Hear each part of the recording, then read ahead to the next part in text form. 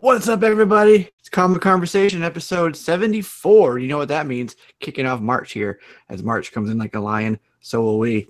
We got a lot of topics for you tonight. We got a whole ton of things to cover. Some pretty big things that have happened. Some health issues, with Kevin Smith and Stan Lee. We're going to get into that. We have some really interesting news around some things that we've talked about in the past with a couple of the movies. Namely Silver and Black and Nightwing, which we actually talked about last week. It's something, with Fresh Start. Fresh Start's coming out for Marvel. We're going to hit on that. And a couple of movies that Fox Studio might be looking to fast track, in anticipation of the merger.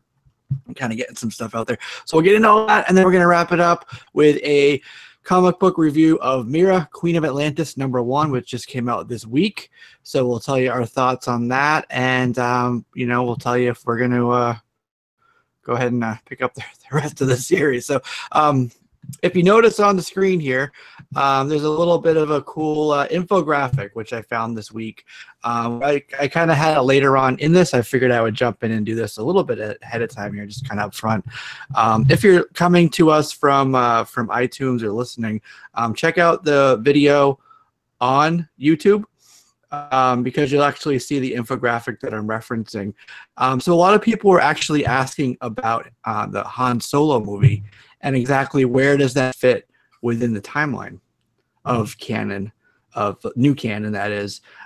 So Del Rey, who actually makes all the novels and the novelizations for the movies, created this really cool timeline that goes from, as you can see here, it says episode 1, and then it goes all the way up to the last movie. So you kind of get to see where stuff falls. So Clone Wars comes right after episode 2, which is pretty cool, right? And then you get a couple of the books, Revenge of the Sith, Catalyst. There's a book about Tarkin, his rise to power, which comes out, interestingly, if you can see here, it'll pop out maybe, or I'll circle it, right before the Solo movie. So you can see, and then right after that is Thrawn. So it's pretty cool that Solo is sandwiched in between those two folks who were experiencing their rise through the ranks of the Empire. Right around the same time, you get to see Solo in the teaser trailer, kind of trying his hand at being part of the Empire as well. So maybe we'll see them, in the movie, cameo-wise. I think it's time for that. I know that we've seen Tarkin, but, a young Tarkin. But Thrawn, how cool would that be? And then you go along, you get some more books. You get Rebels, then Rogue One, then, of course, Episode 4. Then you get into, the cool, Inferno Squad and Twilight Company stuff. 5 and 6, Return of the Jedi. And then there's a really cool series. I really recommend this. If you guys like reading the novelizations and extended canon, check out these Aftermath books by Chuck Wendig. They're pretty cool. There's 3 of them, as you can see here on the screen. Aftermath, Life, Debt, and Empire's End. And really, I wanted to kind of show you this, just see where the Han Solo movie fit. But I figured once we got it open here, might as well cruise through it. So it goes all the way through. Canto Bight, Phasma's got a book. And then you get up to TFA and Star Wars here. The Last Jedi is the last one they have on this timeline. So it's pretty cool. If you're interested in this, it gives a if you hover over it, it tells you about it and stuff. But it's on Random House. If you look up randomhousebooks.com/campaign/star-wars-timeline/ you'll get it, and I'll leave a link in the description afterwards. But I think I rambled on enough about that. Let's go ahead and do some shout outs. We'll get into the intros, and then we'll pop into the topic. So let's see here. The first person to show up was Jason Smith. He said first. Yeah, good job, Jason. Gomez is here as well. He'll be back in a few minutes. He's at church. I don't know if he's preaching or if he's listening, but he's there. Brian Spaceboy227 is here. He was both 5th and 8th. Splash Page is here as well. He gave us 4 thumbs up. That's what that seems like. The Poor Man's Comics. He said, dang, Kevin Smith had a heart attack. Yes, and we're going to talk about that, momentarily. So that's one of the things we have on the topics for tonight. Exile State Comics is here. also on the panel in Yeah. chat, so that's pretty cool. And Brian B, nice to have you here as well. Rebel Comics, hello, nice to see you as well. Mr. Unknown Comics guy, we got a full chat here. Jeez. We also have Joker M21. We have Brian Spaceboy 227, Midwest Comic Man, the artist formerly known as Poopy Paul. Let's see, Jack Yo's here. Cat Run Figures is here with us as well. Philly Superman liking the covers. And I'm out of breath. I think I got everybody. All right, cool. So let me go ahead and stop this on the screen. You get to see my ugly mug now. There I am. All right, so let's go ahead and see what people have been up to in the past couple of days. Want to kick it off, Justin? How have you been since last Thursday? Good. Can you hear me? Yes. Okay. Yeah. That was good. I on Sunday went over to this like pop swap at this local shop, and Matt Wilson was there, the colorist from Marvel. He was super cool. I've talked to him for like, I don't know, like 45 minutes or so, and exchanged contact info. So hopefully we'll be getting him on here soon. I don't know. He's at Emerald City this weekend and stuff. So down the road, we hope to have him on here and talk to him a good bit. But a lot of good stories, just a really good time. Got a couple things signed from him, so it was really cool. That was like the highlight. Other than that, I picked up random books. I made some videos. I watched some videos. I was in chats. Things like that. Jesse went away. Jesse went bye-bye. Uh-oh. Yeah, I just saw that. I was like, what the heck? There he is. Hey. don't phase yourself out, Jesse. I booted myself. He's just not responding to anything I say. No, so good stuff, man. You back? You back? I'm back. I think I'm back for now. Nice. Okay. Hey, it kicked me out, but it didn't end the show. Like I think what happened that one time. Remember that where I got kicked out or something, or I froze and then the show cut off? I don't know. Anyways, yeah. So you're talking about potential guests, right? Yeah. Matt Wilson, colors for Marvel and Image, and it was really cool, man. He showed me some upcoming covers for Wicked and the Divine, and what I don't know if I can say what he showed me, but like just gods going back to the portraits on the covers. So I say that, I think. Yeah. But yeah, stuff that, just really cool. A lot of good stories, just him talking about, and he named a ton of people that live around here that I didn't even realize how many more people live around here. Like we have Mark Bagley and Van Jensen, but he just rattled off like a ton of other people. And I was like, oh my gosh. I think Mike Zeck was near there too. So there's a lot of more people I need to run into, and we'll get on here. Nice. Cool. So, all good stuff. Forward to that. Yeah. All right, Edwin. Everything's been good. I went to a signing with George Perez last weekend, which was really nice. He's gotten really skinny, man. Golly, y'all keep him in prayer, man, because I don't know what's going on with him. Yeah. He had a heart attack. It was a stroke or a heart attack? No, he had a heart attack. Okay. Well, it was a bad one. He had a heart attack, and they told him after it happened that he was like just not supposed to do any kind of any kind of cons and stuff like that, because he was supposed to head over to London, and he had to cancel it. That and a few other shows because they were told him like, you need to take it easy. So he had like 2 were almost 100% blockages. So it was a massive heart attack, and like his father died of a heart attack. I think like it seriously runs in his family. So wow, that's too bad. He was a trooper though. I mean, he was just hardcore. He signed everybody's stuff. He wasn't doing sketches because that would have taken up way too much time, but the line was moving slowly because everybody wanted pictures. But he was signing just about anything and everything, and he was a trooper, and he was signing well beyond store closing.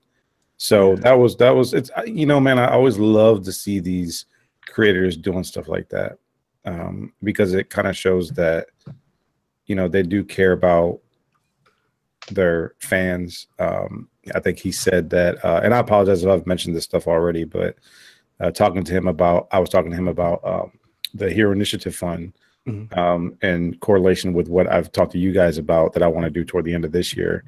And he was telling me how he is like, I guess, the largest fundraiser for the charity. And so he's always asked to do as many cons as possible to try to raise funds for the charity, and he's very happy to do so. He actually mentioned that as soon as the charity came into existence, he was asked to be on their board almost immediately, and he's been a part of their board ever since. So kudos to George Perez, man. Definitely go see him if you have the opportunity, and definitely donate to the Hero Initiative Fund if you're moved to do so.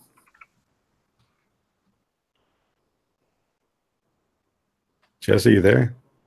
Not again. He muted himself. I mute. Oh, he's You were kind of freezing there for a second. God, I'm having a lot of tech issues tonight. Jeez. All right, so I was saying, yeah, he's a really, really great guy, and it almost seems like he'll put his own like health aside to make his fans happy. He really pushes himself, and he really cares about it. And honestly, he's probably the nicest creator I've met. He's just such a genuinely nice guy, and it's sad to see him suffering from some health issues. Yeah. And, just general, getting up there in age type of stuff, though. I would put him up there with Stan. Like, as much as people want, like, Stan's all about but Stan genuinely loves his fans. Like, I mean, you can say that he's all about money and this and that, which he charges a pretty penny to see him. But like, he honestly, in the time that you're there, it's the con that wants to shuffle you off. He'll at least give you the time of day and say that nice to meet you, stuff like that. George is the same way. George is super, super nice. And, I follow him on Facebook and stuff. So I read through everything. And it was just like, as soon as he said it, it was crazy. And it was just like, going from that point on, he was just like, I'm not showing him coming back. So, I'm glad that he was out and doing things. But, I'm just hoping that he takes care of himself on top of that, because, it's not something that, I'd rather see him, stay strong and, be able to attend other cons. But if he's going to take a break for a while, so be it, But we seem to have lost Jesse. We're still live, which is good. The live sign's still there. Still here. Very sad. He'll come back. It's okay. Yeah. We know what the topics are. There it is. He's back. It's okay. Yeah. I switched Wi-Fi networks. Hopefully that's better. Well, there you go. On my end, I was having some audio issues hearing, so now nobody's saying anything unless we're just listening to you. Oh, okay. I was like, well, wow, it got really bad. Now no one's saying anything. We're done. We're done. It's over. Yeah, show is over. All right. And then, Chris. Yeah. Did you? We talked about George Perez. I don't know. I cut out, but were you talking about what you did in the past week or last weekend?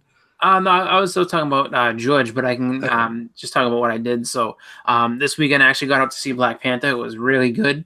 I was really just taken back with how they put Wakanda out there. Like I really didn't know what to expect from what the vision of the movie version of Wakanda was going to be.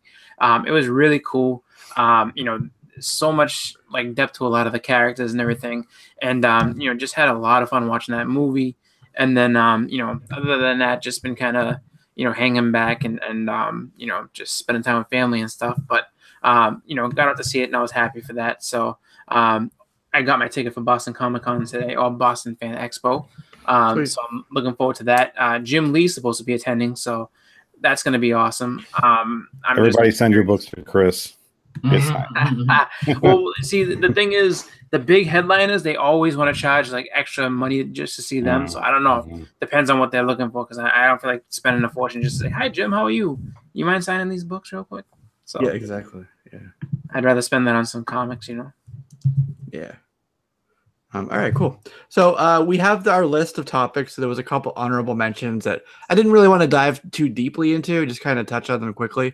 So I guess I'll get those out of the way here at the top of the hour, or the top of the show rather. But the Danger Girl movie it's long been in development. It's long been talked about, and there really hasn't been much movement on it until recently. They finally have somebody who's going to be writing it. The name is Umair Aleem. He'll be penning the script based on, obviously J. Scott Campbell's, run in the 90s. It'll be through Constantine Films. And Umair Aleem really hasn't done much. There was something called Extraction, and he's working on a project called Kate, which I believe is going to be for Netflix. But that's pretty much it in terms of his body of work. So I don't know. We'll see. Hoping it's good. It's a cool team. I love this book. Love Abby Chase. So I'm hoping they, do her some justice. So there's that. They cast Gemma Chan to play Dr. Minerva in Captain Marvel. So it's funny. Captain Marvel and Shazam come out like right next to each other. Wow. And apparently, I don't know if this is true or not, but apparently there was a super early, I guess, screening for Aquaman. Oh, and apparently, right, this is really early, but they're saying it got really good reactions. People really liked it. They solved the issue that people had with Justice League about are they really going to have to create an air bubble every time they want to talk? Because that would take a lot of time. And they just basically said it's pretty damn good movie. Trench is in there. You got Black Manta in there, a bunch of characters, and it's supposed to be kind of layered and good depth wise in terms of character development and stuff. So that's promising. That sets the right tone kind of going forward. Whether that's true or not, it kind of puts my mind, I guess, a little bit more at ease in terms of past experience with the DC films and applying that to this one. So I don't know. Like I said, true or not, I think that's a good sign kind of moving forward in terms of marketing and people's expectations for it. So that's coming out. Aquaman is coming out when? December? Is that the end of the year? December. Yeah. December? I thought it was November. Let's ask Alexa. Hey, Alexa, when does Aquaman come out? The film Aquaman will be released on December 21st, 2018. 12/21. There you go. Oh. That's a couple weeks after Star Wars, right? Or there's not a Star Wars this year other than Solo. Right? The only Star Wars now is Han Solo. That's right. Okay. Yeah. But there are two other movies. There's Alita Battle Angel and the Bumblebee movie that come out at the same time as Aquaman. So 3 movies. Bumblebee is like the prequel thing where it's in the 80s. Yep. And then Alita Battle Angel is based on Ganmu anime thing, which is pretty cool. But I hope we'll talk about it in a minute. So a movie got moved up a week. So I'm hoping, that they independent move film. Some of those out of the way of Aquaman, because I think that'll be the one people want to go see. So if they want, Bumblebee or Alita to do well, they'll kind of maybe move a weekend away or something. I don't know. So we'll see. But so those are just the quick topics I wanted to jump on really quick there for that. So this week, it was actually, I think was it Monday or Tuesday? Kevin Smith posted up a picture. He was in a hospital bed, wired up. He had heart monitor stuff on, everything wired up in the hospital. And he said he had a major heart attack. He was out doing a show. He was like a couple joints in, and he's having a good time. And all of a sudden, he felt this kind of weird and heavy heart type of thing. Not like the full there's an elephant sitting on your chest, but just it was hard for him to breathe. It was hard. It's kind of going up over a cliff to get that last feeling of full breath, and that's what he felt. So they took him to the hospital. He didn't know for a while the severity of what was happening, and they finally told him he had a massive heart attack. They had to go in. He had a full arterial block that they had to basically put him in for surgery right away and get that cleared out. Pretty serious. He could have died. But I don't know about you guys, man. Kevin Smith is one of those guys. he's not a Stan Lee, but in terms of what he does for the hobby and being like a figurehead and a spokesperson and, you know, like a champion for all of us, you know, he's 100% that, you know, in my eyes, and, you know, big fan of his. And that would have been a pretty crushing thing if, you know, we had lost him. So thank God he had some people with him who were quick-witted and knew what to do in a situation like that, so where they were able to call 911 really quickly. So well, I don't understand that because he's lost a lot of weight as well. So I'm like, a heart attack. I mean, that was what I was saying earlier, was that it runs in his family. I think we were talking about. So that's where it kind of came from. It was one of those things that it was probably going to happen no matter what. Exactly. Yeah. That's pretty much how he explained it, was that you know, because he made a longer video, I want to say it was Tuesday night, Tuesday afternoon, I guess. He made a longer video just kind of explaining the entire process of like how it all happened, and how much of a surprise it was for him that it was actually like that's what was going on. And you know, he tried to be a little bit funny in it, but he was real emotional too. And understandably, he was saying that he got real emotional. He talked about like potentially not seeing his family and kids again. Like you could tell he's holding back tears because, like, you know, it scared him. But he was saying that, like, the doctor told him, you know, because he brought it up, he's like, I walk every day, you know, I lost 85 pounds, and he's just like, I guess the doctor had told him, like, this is something that started a long time ago. There's really no way around it. This is what was gonna. It's just genetics, man. It's gonna happen to you. It's genetics, and before he decided to kind of change his health around, he was probably did a lot of damage at that point as well that carried through. You know, so. Yeah. Well, not only that, but he talked about, I mean, smoking weed also when he went to see the Last Jedi. So I don't know if doing drugs helps out either. So that dude smoking all the time.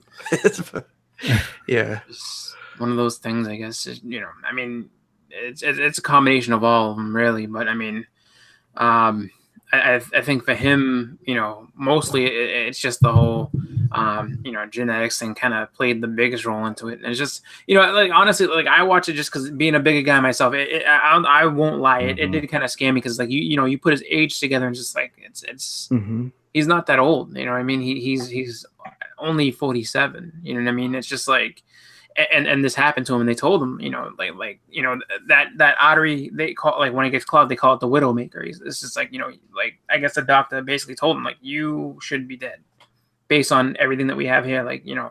So it's just like, you know, he was, you know, like you said, really lucky that, you know, they caught it as they did, and you know, went ahead and, you know, got him to, I guess, where he went to was the best place for cardiology in the country. So Glendale, I think it was. Yeah. So it's just, you know, I mean, he's lucky he lives in that area and not somewhere where, you know, they potentially don't have the resources to save his life. Yeah, apparently that's a really good facility for cardiology. Yeah. So he said, like, if you're gonna have a heart attack, have it in Glendale because they got some great you know, staff physicians there. So while we're talking about health issues, we got to move over to Stan Lee, who finally revealed to us that the reason he's been kind of canceling, and, you know, you've heard about him canceling shows and, you know, being sick and stuff like that. He was hospitalized a while back for shortness of breath, they said. Came out, he told us that it is pneumonia that he's been battling. So, I mean, at his age, he's about 95 now, 96. Yeah. Pneumonia is serious in and of itself. But for somebody, you know, at his age, it can be particularly, you know, a scary thing. But while all that is happening for him, which is a big thing, he is fighting with his manager. He had to fire his manager. I forget the guy's name. Max Anderson, I think it was. Basically, he was an ex-con. He was like the manager who would always be with him at the shows. But Stan said that he feared for his life when he was around. So that's kind of scary. But apparently somebody has also been stealing money from his account. We told you guys a couple months back, I think it was, about like $800,000, right? That was missing.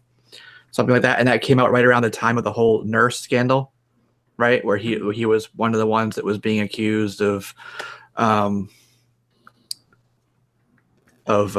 bad behaviors. Right. Whatever those were. Trilogy. Oh God, he fired up. Yes, that guy was rude. He's gone now. He's gone. But so that 800,000. But now there's another one, which is about, I think it was $1.4 million.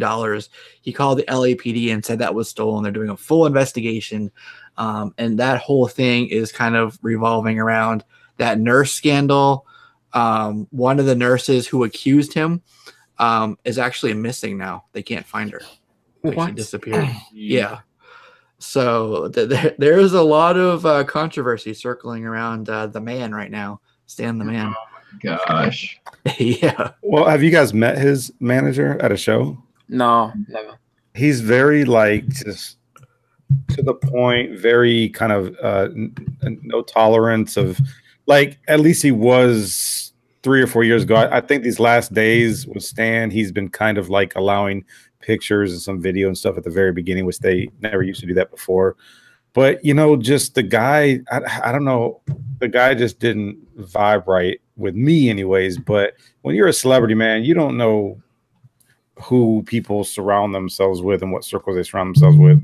But he just didn't vibe right with me. And I say that because when you look at a man like Stan Lee, who's very, at least he appears to be very caring and very, I guess, loyal to the fans and want to be people pleasing and stuff like that. I'm thinking like, why you got a guy like this kind of representing you? He doesn't fit well to me with who you are supposed to be as Stan Lee. So he just didn't vibe right with me. Exactly. He's got these companies like Anastasia and his manager and stuff that are really like pushing him hard to get merchandise out there, get signatures out there. And apparently what they're doing is skimming off the top with books, like stuff that he signed, or if he sketched something, and they're hoarding all that until it's kind of morbid, but until he passes, you know, then they can like cash out on all that stuff. So that's pretty crazy. And actually it's not an additional 1.4 million. So the first thing was the $850,000 that was taken. That's what we were telling you guys about. That was actually they found that they bought a condo with that money, the people. Oh wow. So what they did was they had these auditors come in, they like dug into his records, and they found an additional 300,000 that was stolen. Wow. Well, here's the thing about this guy, and I don't know if this is the exact same guy that I had heard stories about, but I think I mentioned to you guys in the past about how there's certain people that are in Stan circles that if you want like a private signing or something, like let's say like I'm a dealer and I want like 200 books signed, you're not going to stand in line to get that done. So you're going to try to get something like that done privately. And in most cases, if you know the right people, you can get a discount, or you can, I guess you call it kind of like a bribe, like, because Stanley doesn't necessarily get all this money. He gets paid up front to go to a show. Yeah, and a lot of the money, a lot of the money, and a lot of the money that's being paid goes to, I guess, his manager or whatever. So my point is that you can go to certain people and just kind of bribe or give money under the table to get a ton of more signatures at a much cheaper price than you would have if you were going in line to pay the regular fee for the cost of a signature. So and knowing that, it kind of tells me a little bit even more about this guy's character, because I'd heard stories about people just slipping money under and all of a sudden they give these stack of books next to Stanley, like, Stan, we need you to sign these next, and you don't even know like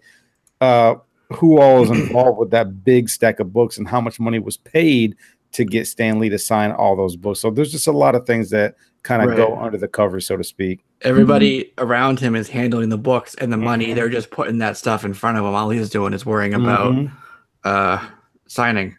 Right. Interacting with that, whoever that fan is or whatever. Yeah, exactly. So I mean, it's the easiest distraction in the world. Yep. You know, just Stan, pay attention to these. All right, you know, take that money, put it over there. Exactly. Even if you're giving him, let's say, every signature costs $100, let's say $150 or something like that. Oh, that's what it's advertised. If you give him the 100 and you keep the 50 for yourself, and you know there's 10,000 people that go to see him, you have made a hell of a payday. So I mean, I'm sure it's not that skewed, but still, it's just it's wrong that anyone's going to go ahead and take advantage of a guy like that, especially now. And I mean, the good thing about Stan is that he has his wits about him, so he's not just someone that you can completely just blindside and bamboozle. But I mean, still, it doesn't make it right. You know what I mean? And you would hope to see that somebody wouldn't stoop that low, but especially when you're getting probably a good salary from the guy in the first place. Mm-hmm. Yeah, it's a shame that the vultures are circling him right now. That's what it kind of seems like, Yeah. So hopefully he'll kick off that pneumonia soon, and then he can get back to his Excelsior shape and redo his staff. So cool. All right, so let's go ahead and move on to an update. We had talked about last week Nightwing and Chris McKay, how he wanted like the white eyes for Nightwing or whatever. Remember we were talking about that? Oh yeah. Briefly, like yeah. So then we were talking about like Dungeons and Dragons and stuff. So he said he confirmed he still wants to do the project, but like he said that they basically have to fire him. He wouldn't leave; they'd have to fire him from it. But he's going to be doing Dungeons and Dragons. So if they continue with the Nightwing and the whole like DC, like the extended, all the other stuff, is kind of really in question right now. If there is a Nightwing movie, it's going to be like past like 2020 or so, 2021 easily. And again, that's if they move forward with all of these like standalone movies. I know that I think that there's some controversy with John Campea and the Wrap. They're going back and forth about like, is Ben Affleck still attached to the Batman or not, and like what exactly is going to be happening with all of those like standalone ancillary DC movies. So we'll see, but it's not looking good for all of that outside of like the core DC Marvel characters. So we'll let you know as soon as we know about that. And another one that's been delayed is Silver and Black. That movie has good. Yeah, right. Do we need that? But it's had like a really rocky development phase. I mean, it's gone through a ton of writers. It went through Lisa Joy, Chris Yost, who did Thor. Lisa worked on Westworld. It went through Lindsay and Geneva. I think it's Robertson Dworet. She worked on Captain Marvel. She wrote the upcoming Godzilla versus Kong, which sounds pretty cool, right? And then it went to the final lady, where it is now. It's Gina Prince Bythewood. She's doing like punch up and polish for the script, and it's sitting with her. It's going to be delayed while she works on it. And incidentally, she's also going to be the director for it, but it's delayed. So there you go. And again, do we need that movie? Like, really? No. That can be delayed. Like, that's fine. Put it on the back burner for a while. Yeah, you know what? In Spider-Man. And if there's enough of a reaction, then they can make the movie. That's exactly what I was going to say. Throw them into a Spidey movie. People like them. Spin them off from there. I agree with that. Word. Yeah. We are in agreement. Yes, we concur. Absolutely. The council agrees. Okay. So, talking about delays, this isn't a delay, so this is good news. Apparently, J.J. Abrams said he finally has the complete script in hand for Star Wars Episode 9, and it's going to start shooting at the end of July. All right. So that's cool. And that matches up with the timeline for, the movie next year. So that's cool. Starting then, I'm sure we'll start getting, well, before that, of course, casting and all that stuff. So outside of like the obvious people. So that's pretty cool. And then that was where I was going to show you guys that canon timeline. So if you're jumping in now, I showed a canon timeline from Random House Books at the beginning that explains where the movies are, some of the novels, and exactly where Han Solo fits into the whole scheme of things in terms of timeline. So check that out on when this is done being live. I don't know ever how to say that. Like when it becomes a recording, when it's video on demand. Something. I don't know. On the rewind. On the rewind. There you go. So what do you guys think? Are you happy about that? You know, moving forward with episode 9 and Abrams at the helm. I could care less. I know you had a bad experience with that last movie.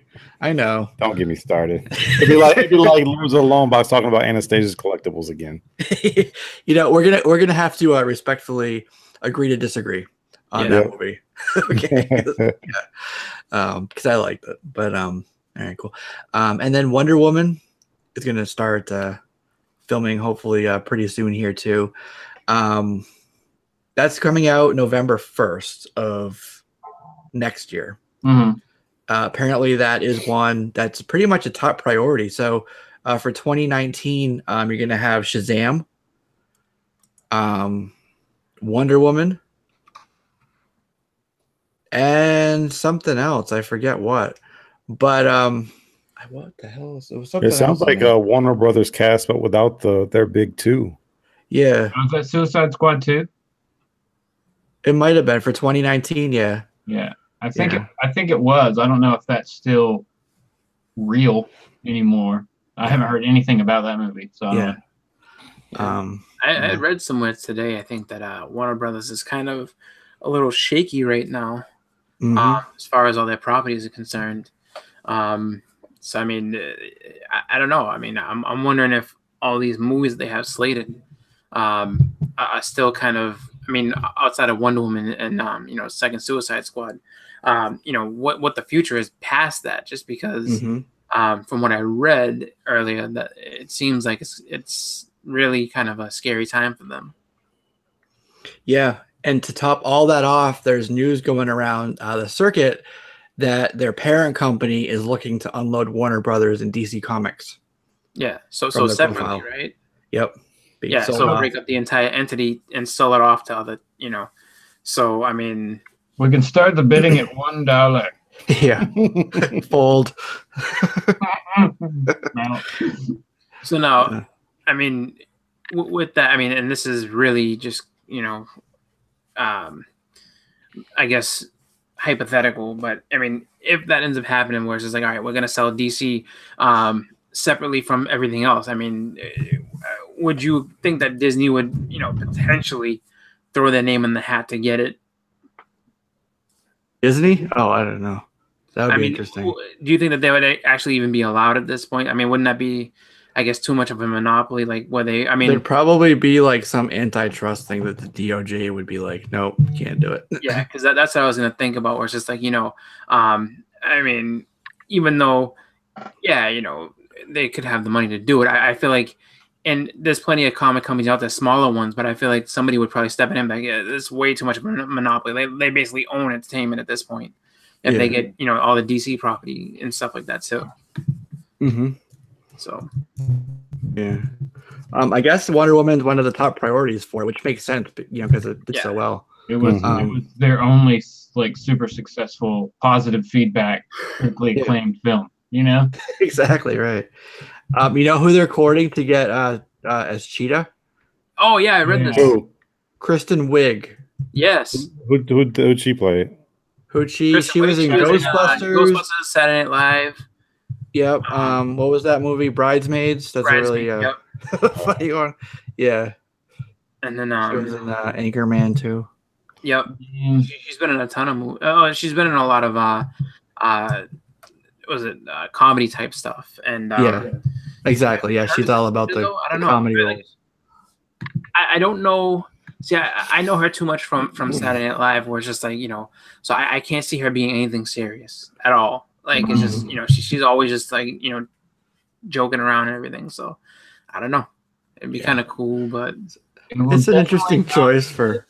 It will definitely not be the Cheetah that we are used to from any of the animated films or the comic book.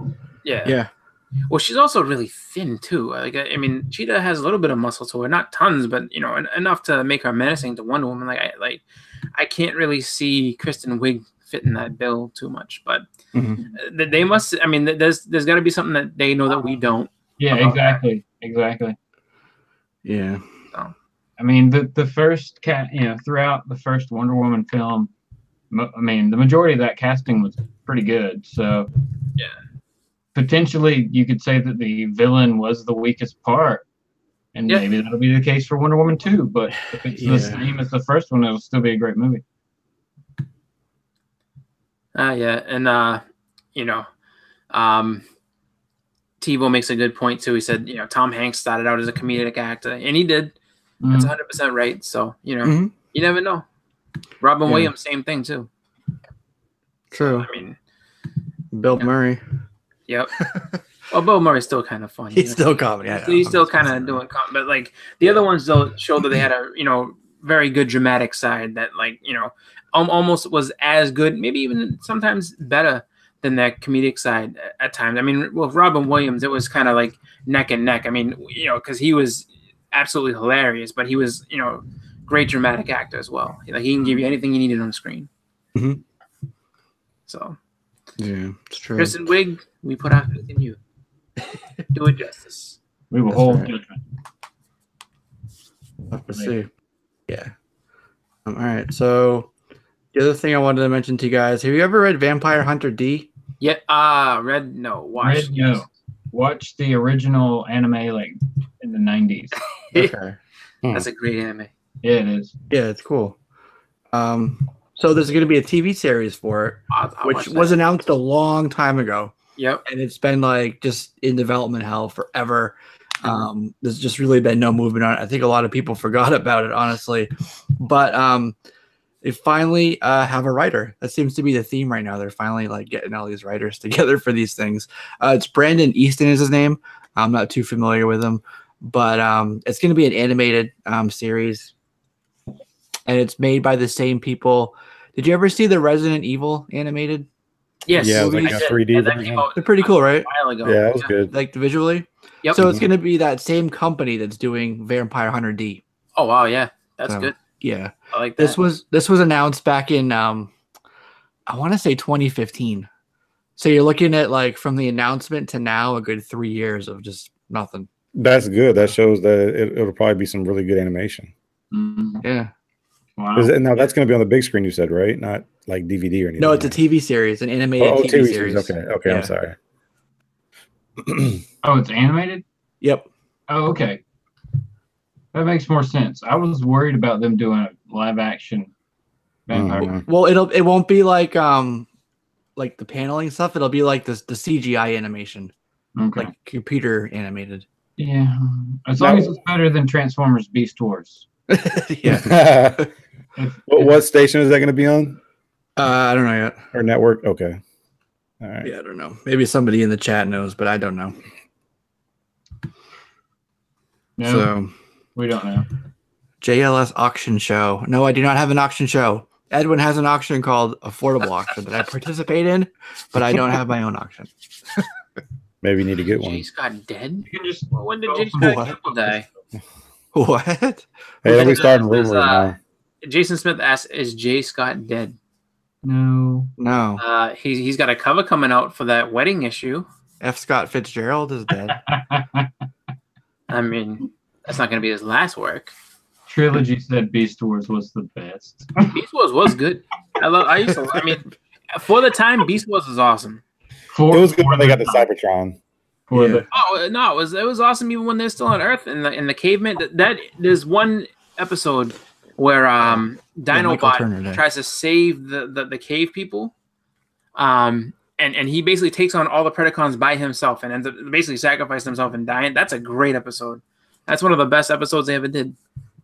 See, now you're gonna have me go back and start watching all this stuff. I'm telling you, dude, it was a good show. And I want to say I was like 13 when that came out. So I'm just sitting there, and it was before school. So I used to wake up early every morning, just Beast. Oh man, I love that show. That show was so good. That's too funny. I was a huge fan of Beast Wars. Watched it all the way up until I think Beast Machines, and then there was like one after that. Beast Machines was good. That's where Megatron connected himself to Cybertron, right, and became the planet almost. Yeah, pretty much. I'm sorry, we're just totally taking over Jesse's show talking about. Well, hey, Beast Wars is cool. See, like everyone's acting like it's an embarrassment. I'm gonna have to go back and watch. No bullshit. You know that show was good. Oh no! Right now, and watch the whole DVD if you had it. I don't even know how I feel about that now. Jeez. Yeah. It was a great show, man. It was a great show. Okay. Did you guys get the email, J. Scott? I know I'm talking to the chat folks. I know a couple of them, like J. Rod, like J. Scott Campbell. He's doing a cover for Renew Your Vows 13. Yeah. Who did we get that email from? On sales. You have to sign up for the newsletter, and then they come in. J. Scott Campbell's website or something? Yep, exactly. It's MJ and Black Cat on the cover, apparently. I don't know. If you're interested in that. Honestly, I saw that in the previews magazine. It might have been. And that, my friend, is a nice intro to the next topic, which is all about previews and Diamond. So there's a couple of things for this. We're going to talk about the pull box in a second. But for that actual previews magazine itself, there's been some changes for it. You know, you guys know Marvel Laugh. They have their own Marvel thing. Yep. DC announced that they are leaving as well. Fools. They're making their own DC previews book that will come with those. Free with the main one, just like the Marvel one. So they want their own thing, their own highlighted, and the covers will all be them. So Diamond's like, well, crap. Now we have no one in like the premiere section. So they upgraded a couple of the vendors, Dynamite rather, being one of them, to the premiere status. So they'll be stuck in the front there. That's starting with the April's one. They're going to break it up into some different sections. They're also going to be bringing back the manga section. Oh, nice. So then they'll have that. So you'll be reading through for all the comics. Then you flip it over, and that will be like the toys and the merchandise section for it. So there's going to be some changes there starting in April to your previews books. I know, Justin, you get that pretty regularly, right? The previews book?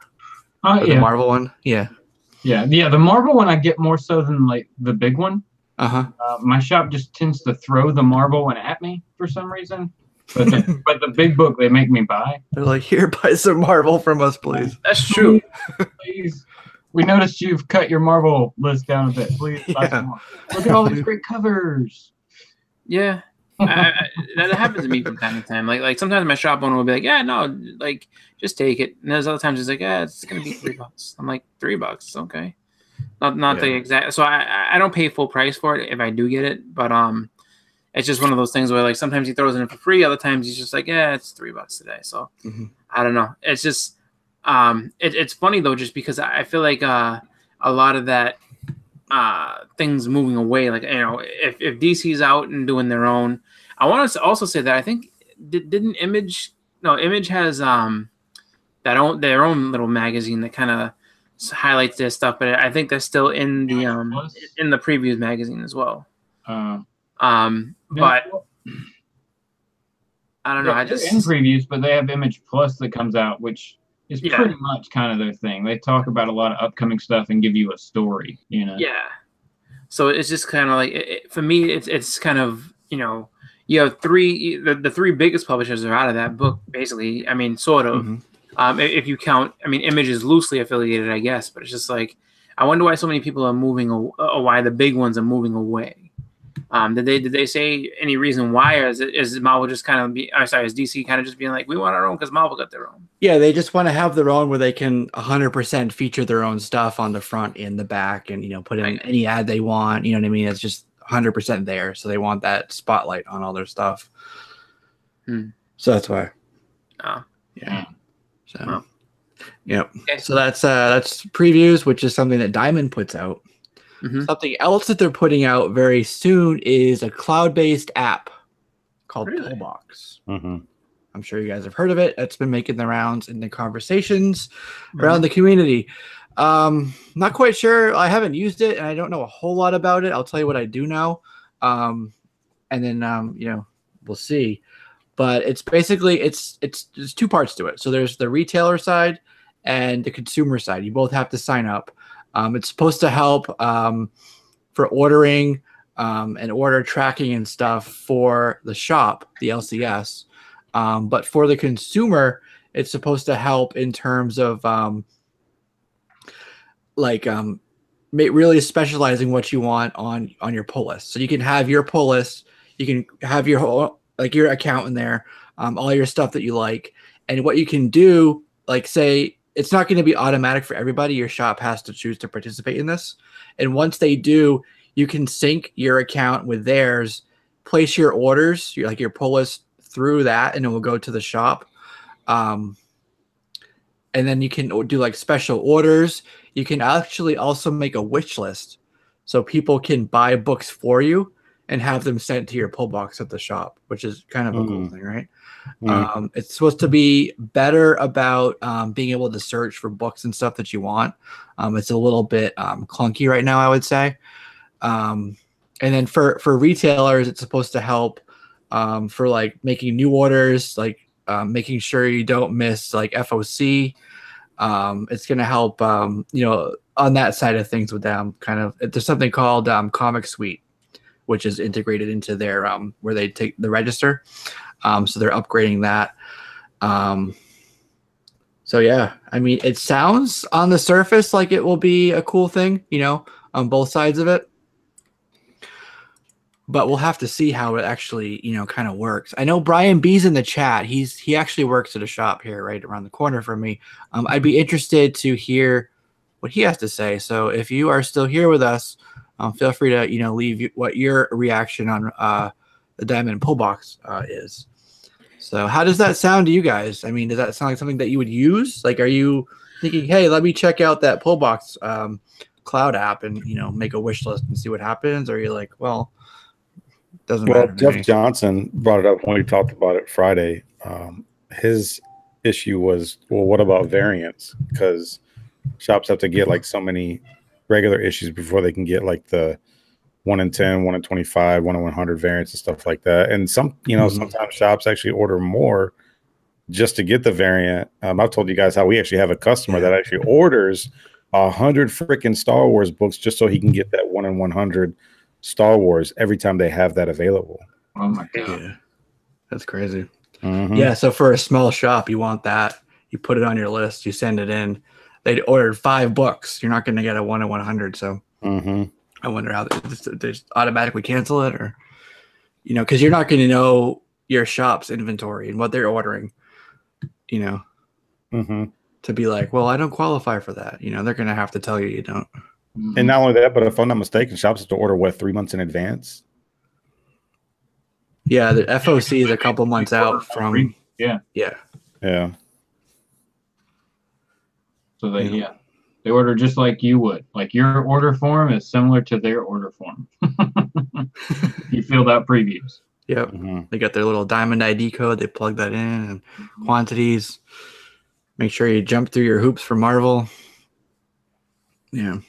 So we'll have to see. They're doing some they're going to some couple of the cons this spring, so people can do like a demo on it, like a test drive. See if they like it. What was the minimum? Was there a minimum number of subscriptions or titles you had to have on your list or something like that to participate? I can't remember. Not that I remember from the PR, the press release. Okay. Okay. I thought I heard one at some time. Maybe I didn't. Yeah. It's supposed to be free as well. So I mean, it's definitely something that we'll probably all check out when it's available. Yeah. No, my bad. See how it compares to what we got right now. So let me correct myself. It's free for us, the consumer, but on the retailer side, there's going to be a cost associated with it. Yeah. So it's probably going to end up. That's where you probably end up getting the minimum or whatever. Because if it's going to cost a shop, a certain amount of money to allow you to pull books, they're probably going to say, all right, look, you got to order at least, 3 books a month. You can't just sit there and just get 1 book and let it be. Yeah. That's one of the things I think I'm interested to hear what other people think about it after they've tried it. Reviews are kind of a big thing now, and that's something I would definitely check out to see what other people are reviewing about that type of service. Definitely. Yeah, if anybody has a shop that's thinking about, signing up for that, definitely encourage them to put out their feedback on social media for the benefit of other shops, consumers, for us here. That's something that I think, like Edwin just said, is something that people will be kind of just playing a wait and see game on, because that's something so new. They haven't really done any updates in forever, to their software or whatever it is. It's all, if you look at it, it looks very very last decade. Let's just say. It just sounds like there's a lot more to this than what we know of. It was like Tim put the what was it, the clear backing boards. I didn't even know those exist. I didn't know anything about that until like he did a review on it, and then I saw other people do reviews on it, and that's actually a really cool thing. Yeah, and it's just word of mouth and circulation on the internet that's going to really I wouldn't say make or break it, but definitely get people either interested or not interested. Yeah, that's the same company that makes the slabs, like the do-it-yourself slabs. Nice. So, yeah, those are cool. I like the clears, especially if you have a wraparound cover. Yeah, that's where I would use it. Yeah. Let's see. I was also curious too. Like, I mean, would you be able to get, I guess, like statues and stuff like that through this as well, or is it just kind of a anything that you can order through Previews World? You'd be able to order through there. So toys, merch, all that stuff. Just like we were talking about with the catalog. You can get your graphic novels, your comics, your manga, toys, everything, all in there. If it's in the Previews magazine, it'll be something that you'll be able to order. Cool beans. So yeah, we'll have to see. I think that comes out in April, right? So we'll see. Okay, so something that's coming out also this spring is, of course, Fresh Start. We talked about it quite a bit last week, kind of like what our initial thoughts on it were. It's already, for a lot of people, I think, dead in the water, right? It just kind of seemed like the pattern is going to be, okay, great, Fresh Start, but give it 6 months, there'll be another Fresh Start, and none of this will mean anything, But some of the things do sound pretty cool. That they're announcing in terms of some of the new #1 stuff that's coming out in June and July. So you have Donny Cates writing Cosmic Ghost Rider. He's getting a solo limited series. I think it's June or July. At first, I'm like, really? You're gonna get? But reading the character, especially in Thanos 16, I'm not going to give it away. But that's a really cool character and a really cool story, with Donny Cates writing it and the way he's been writing Thanos up to now. I'm going to check it out. I think it has potential. I'll just put it that way. I'm not always about the combo, like derivative characters, but this one, it's got potential. So I don't know. What do you guys think about that Cosmic Ghost Rider solo? Something you would check out? I mean, it's going to have to be like after whatever's going on now. Because prior to that, apparently there wasn't too much going on for him. Right.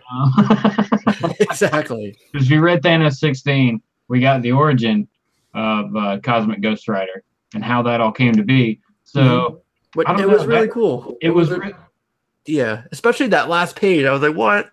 Yeah, it was. I mean, I literally said that out loud. I went, what? Yeah.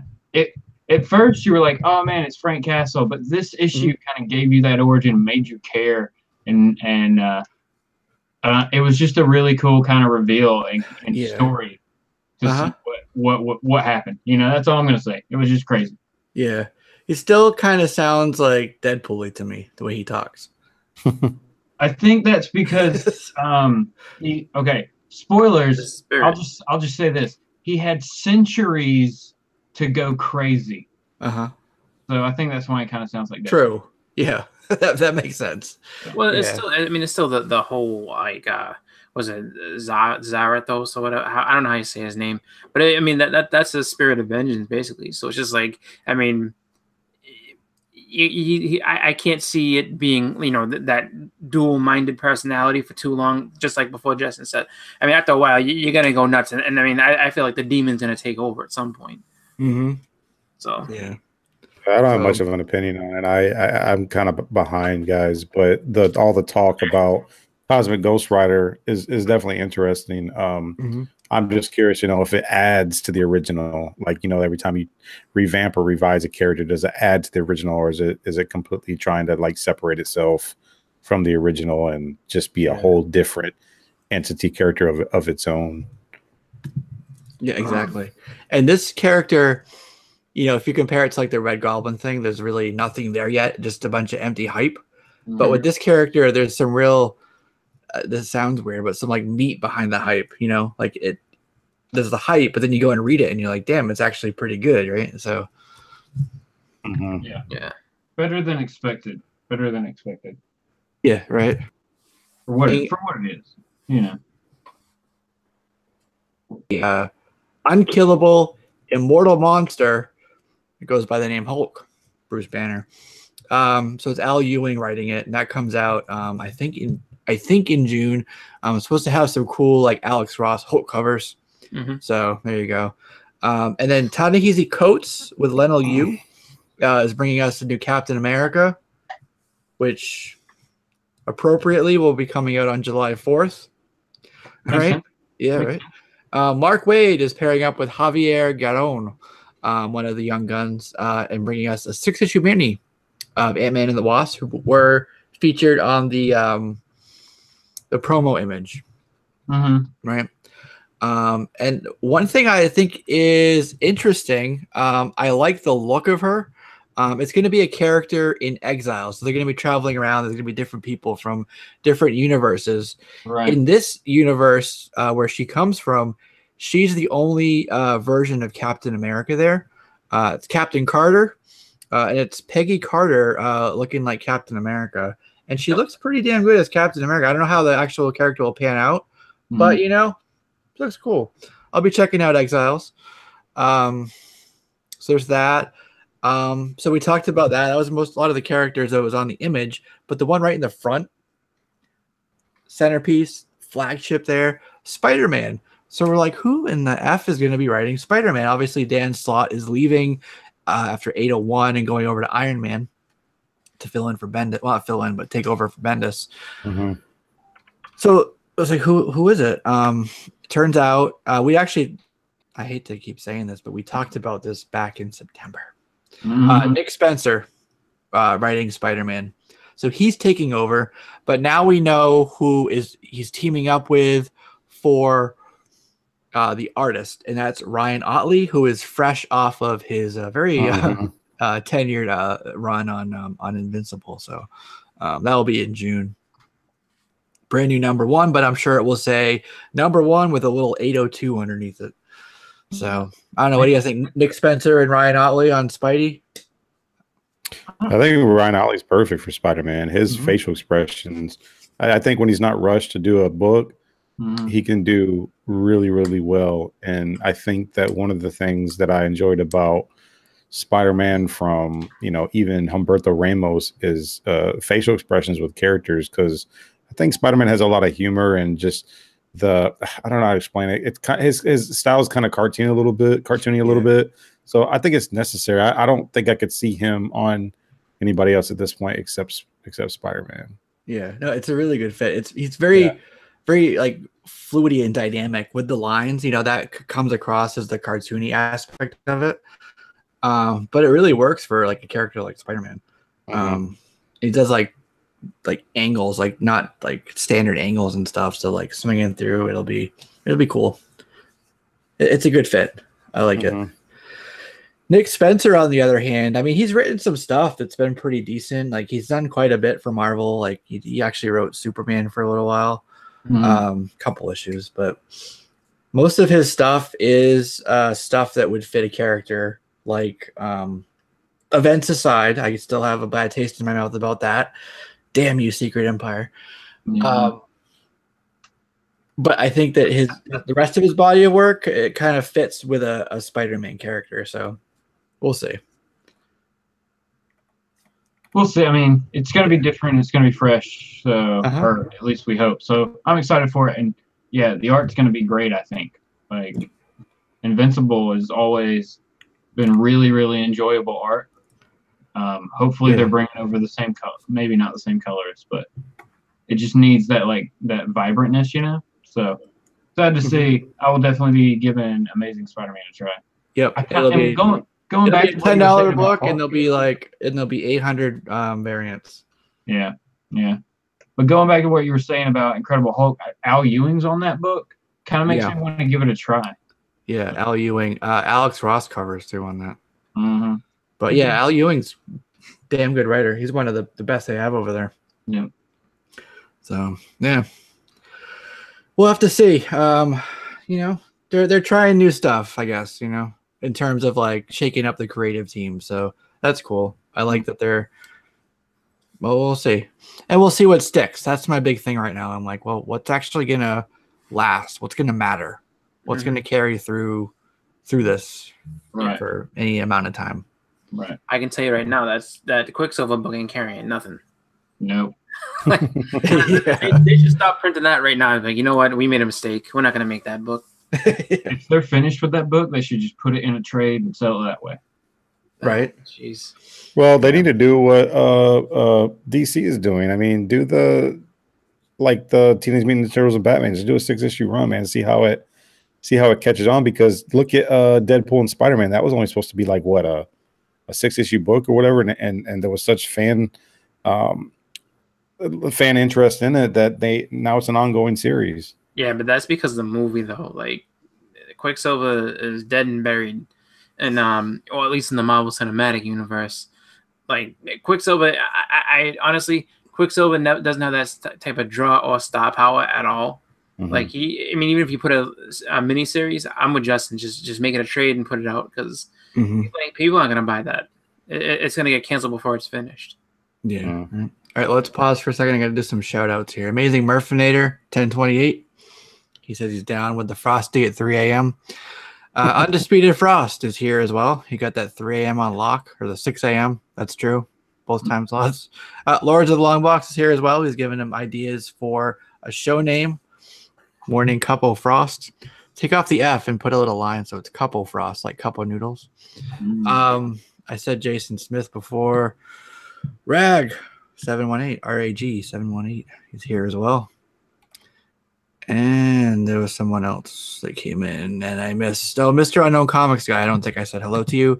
And of course, I got to give a shout out to our friend over there on the Legends live show, the Great Legends show himself. Hello. All right. So that's the shout outs. Oh, Comics with Bueller is here too. And Stephen Oates. Okay, cool. Got a lot of people with us. So yeah, there'll be some books we're looking at. I don't know, what is it? May and June and July. That stuff's all going to be rolling out through those weeks. That makes sense. Yeah. Okay.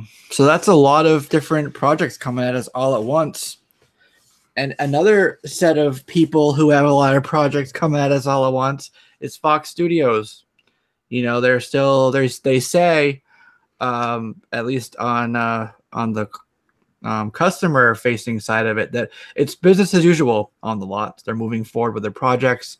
It's going to be a while before the merger really happens with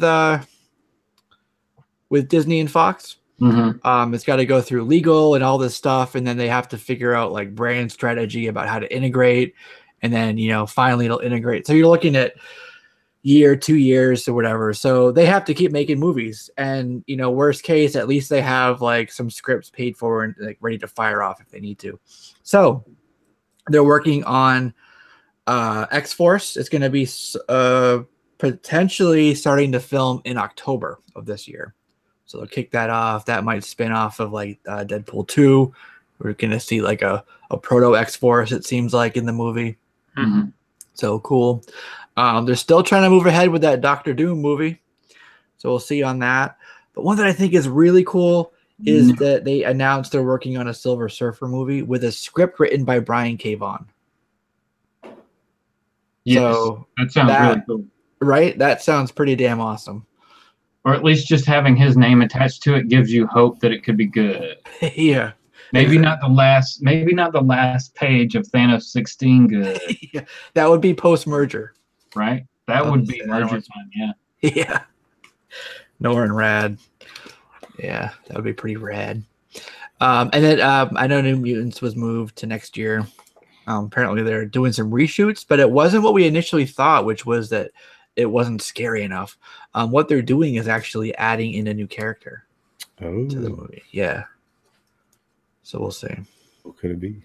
Warpath maybe is my idea. They were looking at Josh Boone wanted to keep actually Karma and Warpath off this movie in case that they were able to do a sequel. But being, with the merger and everything, who knows if there will be a sequel. So maybe he wanted to, be like, hey, I want to use these characters while I can use them. So let me add them in. Put them all in. I don't know. Yeah, exactly. So we'll see. We shall see. But I like the idea of a space surfer, a rider of the spaceways, crazy movie with Brian K. Vaughan. Yeah, I think it'd be fun. Yeah. Oh, show. All right. Who read Mera? I read most of it. Pretty good. I did. Yeah. Okay. Plot. You like the plot? Start of it, anyways. Yeah, I wish I had read Aquaman number 30.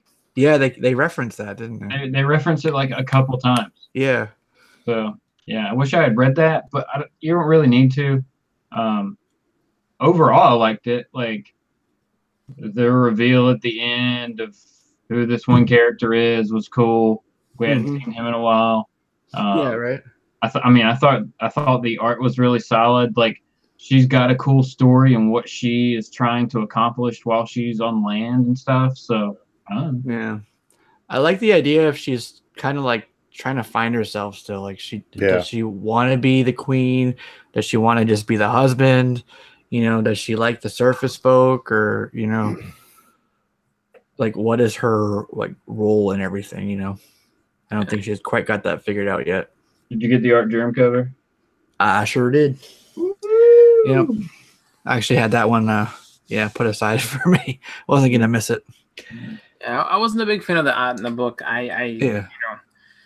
It like what kills. I mean, just because the art germ cover is awesome, and what kills it is that when you open the book, the art doesn't even come close to that, and it's just like that killed it for me. And on top of that, when I was at my shop, I was just thinking about it because I had it in hand. I was like, I could buy it, but then I was just like, to be honest, I'm not gonna buy the rest of the series. And I mean, just to have that one cover out of however many other books just chilling in the box, and it just, I don't know. I just felt like, what, leave it for somebody who really wants it, because I'm not gonna read the rest of that series. So yeah.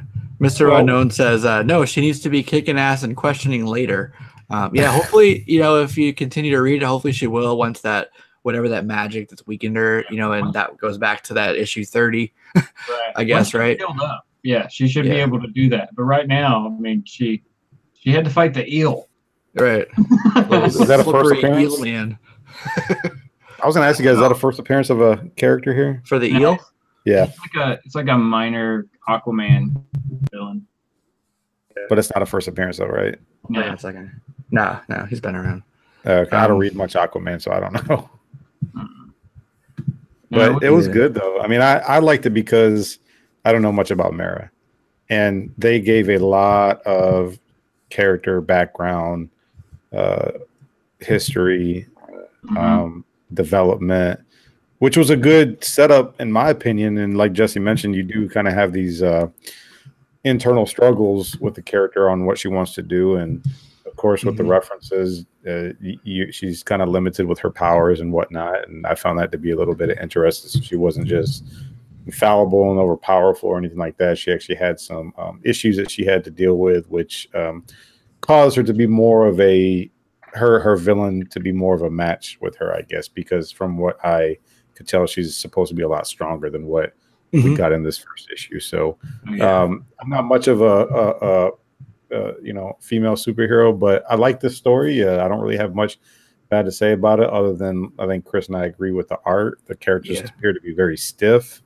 I think I saw some just overly exaggerated, much bigger foreheads than what you usually see, and just a lot of little.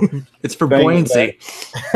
Just I don't know. The artwork is definitely it's a weak point, but other than that, I'd probably say if I gave it a rating, I'd probably give it like a solid 3.5, 4 out of 5, something like that. Okay. Yeah. One thing I liked, I thought was really cool. They did a couple of flashbacks. When you're talking about her backstory, she had she has aquakinesis. So she had move water and like make it like they call it hard water. That was cool, yeah. And she had a hard water sword, which I thought was pretty badass. Mm-hmm. I don't know, I don't like you guys. I don't know a whole lot about Mera, or really a lot of the Atlanteans. So I don't know if she's had that before. Yeah, but like a sword made of water sounds pretty dope. So I like that little couple. They kind of felt like Iceman a little bit, because he always forms. She's basically like a waterbender from Avatar. Yeah. Oh, okay. She's just from where she's from. Like it's not like she's got that ability, but not a lot of people have that ability, even in Atlantis. You know what I'm saying? Yeah. Because she's not from Atlantis. So. Yeah. Well, I like though. Also, kind of reminded me of Damian Wayne because again going back to her history, she was trained at least to be able to fight hand-to-hand combat instead of always relying on her powers, which I found to be interesting. It's a good lesson. Yeah, it is. It's it kind of like Spider-Man. He was like, without the suit, I'm nothing, and he's like, well, you need to be something more than your powers with your powers. Yeah. Well, I mean, it's similar to how everybody brings up, over and over again, reading through like Superman and Justice League and stuff, where it's just like, if you strip Superman of his powers, he's really not much to deal with at all. Like Wonder Woman can mop the floor with him. Batman will beat the shit out of him. Like if there's a red sun, Batman's an expert fighter. Superman really just relies on the fact that he's so strong all the time. So he doesn't really have to know how to fight. He can just sit there and just, one punch and just kill just about anything. So, I mean, it makes sense to have, especially when she's also dealing with other superpowered people and beings down, in Atlantis and stuff like that. Just like you have to have that extra fighting skill. That's the only thing that's going to give you the edge. Yeah. Cool. All right, guys. Well, we're heading towards the top of the hour here. So why don't we go around and do a couple, shout outs if you got them. Tell us what's coming up on your YouTube channels, and all that good stuff. So I think we started with Justin at the top of the show. You want to start again? Sure. Just big shout out to everybody who showed up in the chat. A lot of fun. Enjoyed hanging out with you guys as we normally do every Thursday here. But yeah, definitely. I'm going back to that pop shop this weekend. Check out. They had some long boxes I didn't get to look at just because it was a little too crowded in there.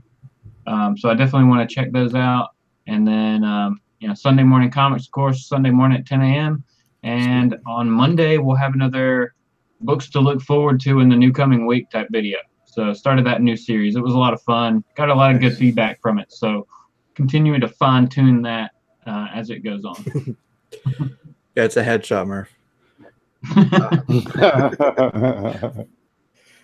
Oh, man. Pop. Right. Pop. Edwin. Uncle Pops. What's new and upcoming over on Strictly Comics? Freestyle Fridays tomorrow. Going to be doing some more giveaways, which is always fun. I want to appreciate everybody who actually shows up. I think a lot of people like answering the questions and stuff like that. And shout out to everybody in the chat, man. I think we had 34 people at one point watching, so it's pretty strong, in my opinion. But not really a whole lot. Just doing that, and I'm trying to plan possibly another affordable auction. I've actually had a lot of people reach out to me asking me when we're going to do another one, and I'm like, I don't know, we'll see. So it definitely takes a lot of work, and a lot of people don't realize that. So but other than that, not a lot, guys, not a lot. All right, good. One more shout out to our missing moderator, Comically Flawed, who under the weather. Yeah, I was like, I didn't see him in there. I was wondering where he's at. Yeah. All right. Shout out to Comically Flawed. Hopes he feel better. Yeah, let's all send some good vibes his way. Yeah, definitely. Yeah. All right, Boston Chris Comics. What's new and exciting coming up over there on your channel? I'm gonna have my haul. I actually got an act of kindness that I went ahead and gonna go ahead and unbox that, and just different things coming to the mail when I get them and stuff like that. So just kind of stay tuned. Get some stuff to show. So nothing too exciting, nothing too crazy, just regular stuff that you get from me all the time. But just try to put it up as often as I can. Unfortunately, it's getting to be a little bit of a busier time of on the weekends we have like birthdays and Easter and all that jazz coming up, so it's just like trying to find the time to do this stuff is kind of it's kind of strapping, but other than that, just look for my haul video, look for that random act of kindness video, and a couple other ones that I have coming up pretty soon. So sweet. Yep. Good stuff. Good stuff on the way. So I tried something new with the cards for the video. If you see those pop up periodically throughout the show, the card is the little white thing that comes across the top of the screen. They call it a card. If you click on that, I have one for each of them. You can just click on that. It will take you right to their channel. Nice and easy. You can look around and subscribe from there. So hopefully that works. If you see that, that's what it is. Yeah, shout out to the guys in the chat. Always really great when you guys are able to join us, participate, correct us, ask us questions too. Couldn't do this without, having the chat. So that's definitely a huge part of this whole experience for everybody. So love having you guys with us. And if you're listening to us through iTunes or streaming podcast service, thank you for listening. And we definitely appreciate you there as well. What do I have up on my channel coming up? I had a request actually from Rag718 for a video for a history and origin of a character. So that should be coming up on the channel. And we'll see what else from there, as well as a contest video. I do have a contest that I'm milling around in my head. I finally did reach the 2,000 subscriber mark, so I got to do something for that. So that should be on the way, hopefully in the next couple of weeks. I'll let you guys know as soon as that's up. And that'll do it, guys, for episode 74. We'll see you guys next week, next Thursday. All right. Have a good one, guys. Bye, everybody. See you on Rebel Cat in a minute. Oh, yeah, Rebel Cat. Go over there now. All right. Jump.